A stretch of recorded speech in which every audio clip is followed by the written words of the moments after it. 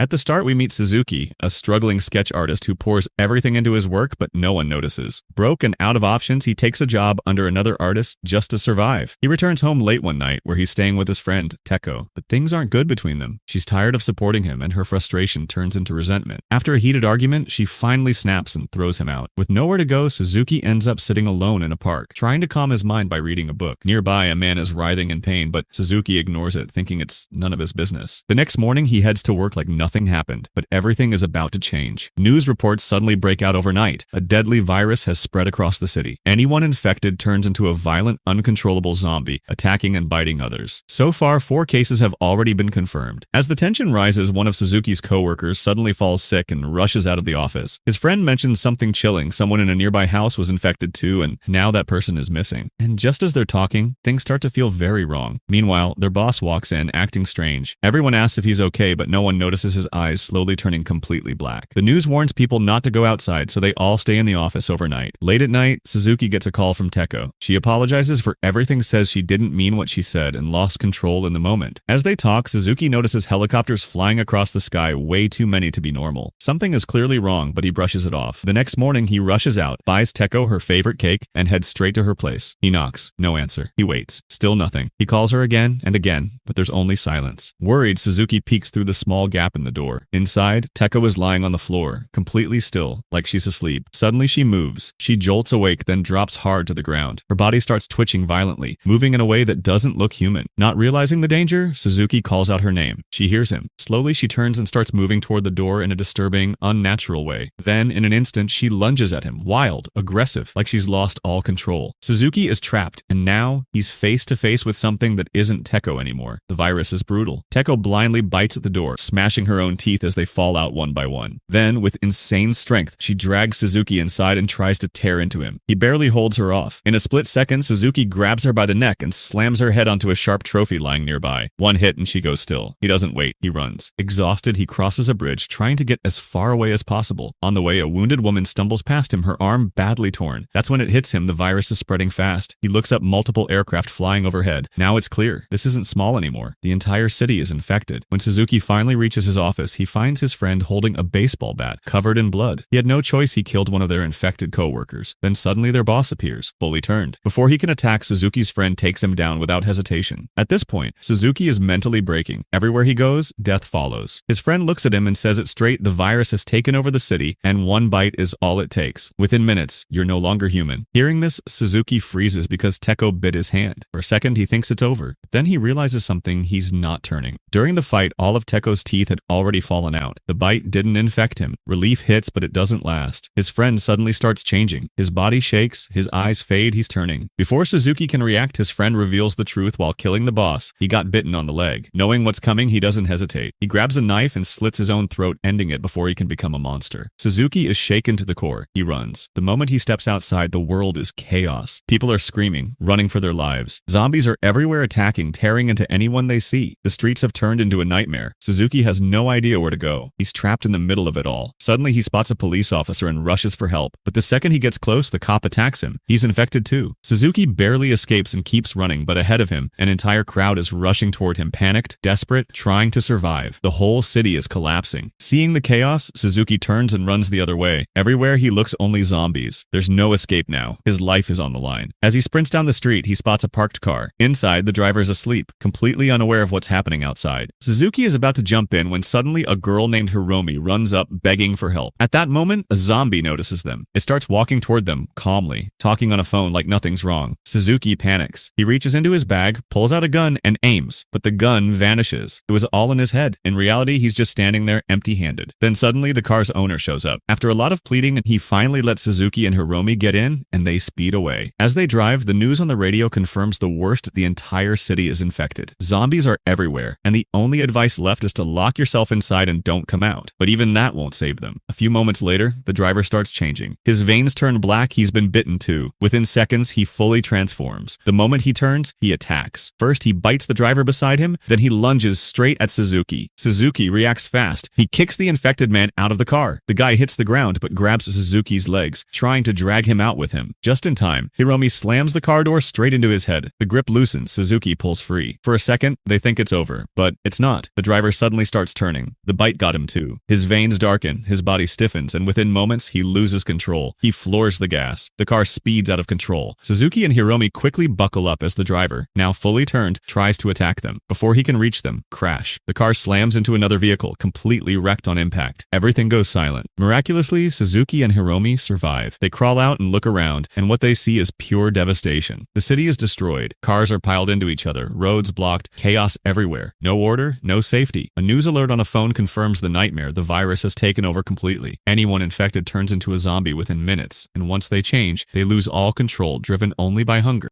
These zombies don't just attack, they feed on each other. From a news update, Suzuki and Hiromi learn about a safe zone near Mount Fuji, where the government has set up a survival camp. Anyone still uninfected is heading there, hoping to stay alive until a cure is found. By the time they move, it's already night. They stop at an empty house, eat whatever they can find, and try to rest. Morning comes. Suzuki wakes up and looks at Hiromi sleeping, but then he notices something, a bite mark on her neck, exactly like the others. Without thinking, he points a gun at her. Hiromi quickly explains it's old. A child bit her 2 days before the outbreak even started. After a tense moment, Suzuki believes her. They keep moving toward Mount Fuji, but not long after, Hiromi stops. She tells him to go on without her. She knows she could turn at any moment, and she doesn't want to risk his life. She hands him her phone, telling him to call for help if he makes it. Then it starts. Her body begins to change. Suzuki doesn't wait, he runs. A little further ahead, he spots a man standing still. For a second, it feels like hope, until the man attacks. Another zombie. Suzuki is seconds away from being killed. When suddenly Hiromi shows up, now half human, half zombie, Hiromi snaps. She drops the attacking zombie with a single punch, then tears it apart. Slowly, she turns toward Suzuki. He freezes, this is it. But instead of attacking, she reaches out and helps him up. She's not gone. Not completely. Some part of her is still human. Later, they sit deep in the forest beside a pile of scrap. Suzuki searches for food and tries to feed her. At first, she doesn't understand, her mind is slipping. After a while, he manages to get her to eat, but she devours it like an animal. The virus is still inside her. The only thing keeping Suzuki alive is the fact that she's still holding back. They continue toward Mount Fuji. Days pass. Suzuki is exhausted, beard grown out, body barely holding up, but he keeps going, supporting Hiromi every step of the way. On the way, he finds a shopping cart. That means one thing, they're close. He rushes to check it for food, but it's empty. Suzuki puts Hiromi in the cart and keeps moving. Days without food, no strength left, but he doesn't give up. After a brutal journey, he finally reaches a military outlet park near Mount Fuji, but there's no one alive, only burned, rotting bodies, victims of the outbreak. Inside a shop, Suzuki looks for clothes, trying to clean himself up when suddenly a zombie appears and lunges at him. Hiromi is his only backup, but she's unconscious. Just as things go bad, a girl named Roma jumps in and saves him. She's not alone. A small group is with her. They've been surviving on the building's deck, a spot high enough to stay out of reach from most zombies. Then one of them signals zombies are coming. Fast. They quickly split into two groups. One group runs ahead to distract the zombies. The other sneaks away to grab food and supplies. The first group gets swarmed almost immediately, but they fight back, taking down zombies one by one. Just when it looks like they'll be overwhelmed, the second group creates a diversion from behind, pulling the zombies away just in time. They start banging metal utensils and making as much noise as possible. It works. The zombies turn and rush toward the sound, leaving the others behind. Taking advantage, the rest of the group sneaks into the store, grabs whatever food they can, ties it up with ropes, and climbs back up to the rooftop. That's how they've survived. The staircase is blocked by a massive net wall, impossible for zombies to cross. Everyone makes it safely to the top. Up there, Suzuki meets their leader, Lura. He welcomes him and shows him a storage area filled with essentials, food, supplies, everything they've managed to collect. Lura tells him, take whatever you need. Then he notices Suzuki's gun. His eyes light up. They don't have weapons like that. Something that can actually take down zombies fast. That night, while talking, Roma asks Suzuki how he met Hiromi. He tells her the truth, he met her while escaping the infected city. Roma reveals she's a nurse and offers to take care of Hiromi. The next day, Suzuki sits beside Hiromi, trying to keep her calm. That's when we notice he's covered one of her eyes with a cloth. He's hiding the truth. If anyone finds out she's infected, they won't hesitate. They'll kill them both. Later, Lura gathers everyone. Food is running out. Lura gathers everyone and lays it out. There's a huge supply of food left in the store below. If they can get it, they could survive here for years. But going outside means facing the zombies. Before heading out, Lura asks Suzuki for his shotgun, claiming he can use it better. Suzuki refuses. Lura's tone changes. He threatens him. If Suzuki doesn't hand over the gun, he'll separate him from Hiromi. At the same time, a few people start getting suspicious of Hiromi. They drag her outside by force. Roma tries to stop them, but she's overpowered and held back. Suzuki still refuses to give up the gun and runs out after them. Outside, he sees Hiromi being held. He raises his gun, demanding they let her go. Lura doesn't back down. He aims his crossbow straight at Suzuki. Then, everything shifts. Hiromi starts moving. Her grip tightens so hard that the person holding her can't even move. In the next second, she snaps. She slams him to the ground with brutal force. Now there's no hiding it. She's turning. Everyone realizes the truth. Hiromi is infected. Suzuki, desperate, tells Lura to lower his weapon before it's too late. But instead of backing down, Lura fires the crossbow straight at Hiromi. She drops instantly. Suzuki loses it. In that moment of shock, they snatch his gun and start beating him brutally. He's left broken on the ground. What Lura did crosses the line. The group turns against him. He's stripped of leadership and Sango takes his place. Later, barely holding himself together, Suzuki reaches Roma. Inside a tent, he sees Hiromi unconscious but alive. Roma reassures him she'll wake up. Then she tells him the truth they need to escape. These people won't let them live now. But Suzuki shakes his head. It's hopeless. His gun is gone. Without it, stepping outside means certain death. He refuses to risk Hiromi's life like that. Instead, he asks Roma to take care of her. Because he has no choice, he has to go with the others to the store. If he refuses, they'll leave him out there as bait for the zombies. Meanwhile, the group puts their plan into action again, banging metal, making noise, drawing the zombies toward them, setting the stage for another deadly run. While the noise pulls the zombies away, the rest of the group climbs down and rushes into the store. Inside, it's dark, silent. One guy accidentally bumps into something, making a loud noise, but luckily, no zombies respond. At least, not yet. Then suddenly the lights turn on. All of them freeze. No one touched anything. Confused, they spot a door ahead and move deeper inside, quickly gathering as much food as they can. None of them notice the cameras watching their every move. They think they're safe. Then, loud music blasts through the store, out of nowhere, and that's when it hits a zombie charges in. It attacks one of them, infecting him instantly. Without hesitation, the leader shoots both the infected man and the zombie. For a second, it feels under control, but then more start coming. Not one, not a few, a swarm. Panic explodes. They run for their lives, trying to get out, but zombies are everywhere now, closing in fast. One by one, people start going down. It's a massacre. And the truth, this wasn't random. The lights, the music, the timing, it was all a trap. From the control room, Lura was watching everything. The truth is, Lura planned everything. The moment they entered the store, he secretly slipped into the control room. He turned on the music on purpose, drawing every zombie toward them just so he could escape alone. Outside, the zombies hear the noise and start flooding in. Suzuki, seeing no way out, hides inside a locker. At the same time, below the building, a different kind of zombie appears faster, more aggressive. It sprints, then launches itself high into the air, landing straight on the rooftop tents. A girl spots it, but it's too late. Within seconds, it attacks and turns everyone there. Back in the store, as survivors try to escape, Lura makes his move. He opens the main gate, and just like that, the place is overrun. Zombies pour in from all sides. Everything collapses. Up on the rooftop, Roma hides behind a tent with Hiromi, desperately calling for help on the walkie-talkie. No response. Most are already dead. The rest are running for their lives. Meanwhile, Suzuki is still locked inside the locker, frozen. His mind spirals. If he steps out, he dies. If he fights, he dies. Every thought ends the same way. Death. Fear takes over completely. He can't move, can't think. Then, through the silence, he hears it. Roma's voice on the walkie, screaming for help. Suzuki is still frozen, listening to Roma scream for help. He can't move. But then it hits him. If he keeps hiding, he's not even human anymore. Something snaps. He screams and bursts out of the locker. The second he steps out, a zombie lunges at him, trying to bite, but Suzuki had wrapped multiple watches around his arm. The bite fails. He grabs the walkie and says, "I'm coming. Stay with Hiromi." Then he runs straight to the basement. There, he finds his shotgun. But before he can catch a breath, zombies surround him. Thinking fast, he grabs a sack of rice and throws it across the floor. The grains scatter everywhere, and the zombies slip and crash down, giving him just enough time to escape. Up on the rooftop, the zombies are already on alert. Roma knows they can't stay. She lifts Hiromi onto her back and rushes down into the store. But the moment she steps inside, Lura is standing there, and something's wrong. His veins turn black. His body twists. He's infected. In seconds, he fully transforms and charges at them. Roma has nowhere to go. Just before he reaches them, Suzuki arrives. Suzuki doesn't hesitate. One clean shot, and Lura's head is gone. The threat is over, but only for a second. The remaining survivors regroup and run, but now an entire horde is chasing them. Ahead, more zombies. They're surrounded. No way out. They place Hiromi to the side. Suzuki reloads his gun, ready for the end. Then Hiromi speaks. For the first time, she says his name. Tells him that as long as he's there, she's not afraid. That's all he needed. The fear disappears. Suzuki snaps into action, shot after shot, taking down zombies one by one. The others join in, fighting with everything they've got.